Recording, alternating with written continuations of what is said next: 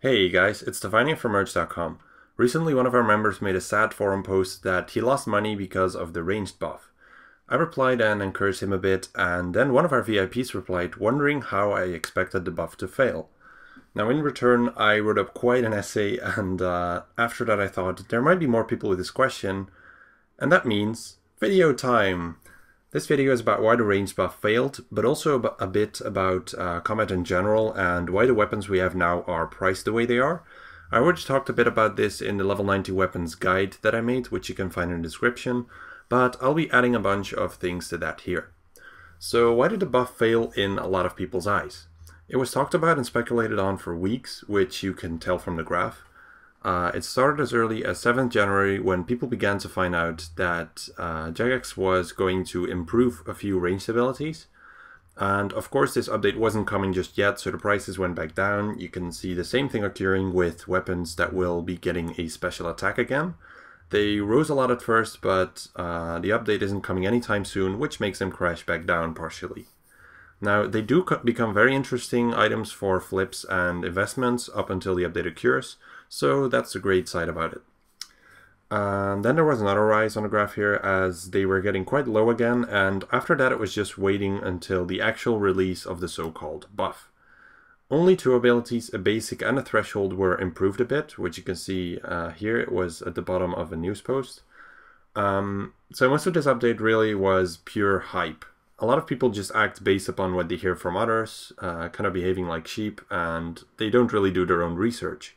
Now in the meantime, Seismics took a massive hit and had really insane fluctuation, and a lot of people on Merge did some very major wand and singularity flips, which you can find in their logs. Really good job everyone, I saw some absolutely great flips there. Now this whole thing was profitable because it was overhyped, and a lot of people behaved like sheep, like I said before. This is of course how it goes for a lot of updates, so it's really nothing new, but on the other hand, there were also a lot of people who genuinely thought that ranged was going to improve and get on the same level as mage and melee. Now, if ranged wants to do that, it needs a few fundamental changes, and that's what I wanted to talk about here. First off, people need to understand that a buff is it's a slight improvement, but it's not a massive game changer. If you really want to look for things that have a massive impact in a game, then look for words like improvements and rework, because those are really the major things that happen in a game. A buff is really way too small to make a large portion of the game swap to another combat style. Now think of when they buffed Virago, for example, after it was duoed. Did that make it more difficult for people to kill him, or did it stop people from going there? At the beginning perhaps, but like pretty soon after, people nailed down the best strategies again and it was just as busy as before again. So really a buff isn't really something that's going to make a lasting difference. People adapt to it usually. Now what's going to stop people from going to Virago is if Seismics crash a lot in price, which happened recently. Even when the Seismic ones are over 2 bill, it is hardly worth the time it takes to get them. If they're going to crash below that, or even below 1.5 or 1 bill, it's not going to be worth it for anyone to go to Virago for the drops, and you'll really only see people there who simply enjoy it and who take any drops as a bonus thing. Now let's have a quick look at the 3 combat styles here. With melee you can always use one of the 3 styles at all levels. People know what to expect of their speed and DPS, and they don't need to bring additional runes or ammo to use the melee weapons. RuneScape also comes forth out of over a decade of melee being the best combat style overall, so it's still something people really prefer. With magic, you use one of the 4 elements, but it works with just one weapon at all levels. You can fight from a distance, you know the speed and DPS and so on, it's just very convenient. With ranged, however, you need to have good throwing weapons, good crossbows and good bows for arrows if you want to be good at range and overall. Now at low levels this is easy, as they are there for all levels, but at the higher levels the only way to perform at your best in ranged is in the bolt style, which explains the Ascension crossbow prices, along with how annoying it is to get these bows. This really gives ranged a massive disadvantage, as melee and mage can perform at their best in all the styles. If there were level 90 equivalents in thrown and arrow classes, the prices of Ascensions would be much lower. Now of course you have the Death Lotus darts from player-owned ports, but those cannot be traded and they're really slow to get as well. And they're also level 85. And then you have the Zarite bow at level 80, which is for the arrow class, but then again it's a two-handed weapon. It's there's no variety in it. It's really the only thing you've got at that level, while magic and melee have a lot more variety.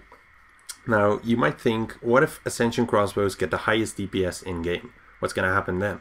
Well, that would indeed make their prices rise a lot. It's really obvious. They would become the preferred weapon for killing bosses without a weakness, like Virago and Nex and such. And at the same time, a lot of people wouldn't be willing to make such a large investment in them just to kill some bosses. And why is that, you might ask? Because people do that for Seismics too. Well, the reason why Magic is so successful since EOC is very simple. Have a look at how many monsters are weak to all the styles here. I got this data from RS Wiki, so I hope it is up to date, and I'll put the link in the description. There are about 82 monsters in game with a weakness to slash, 82 with a weakness to stab, and 114 with a weakness to crush. Altogether, this means there are 278 monsters with a melee weakness. Then for ranged, we have 60 monsters weak to bolts, 95 weak to arrows, and 40 weak to thrown weapons. And this adds up to 195 monsters with a ranged weakness.